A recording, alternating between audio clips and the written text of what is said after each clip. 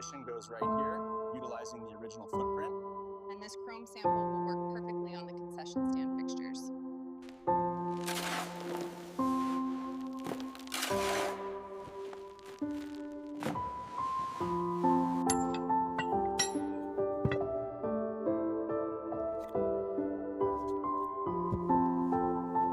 All right, ready? And lift. It's heavy. Watch the door frame. Keep it steady. Length confirmed at 9.5½. Condition notes: localized rusting on the lower panel and moderate pitting on the chrome trim.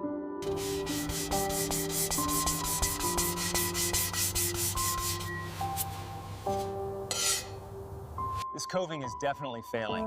We'll have to mark this whole section for replacement. Yeah, but the tiles seem mostly solid. Let's circle those. And release. Easy now. Got the tube secure. Keep the tension even as it rolls.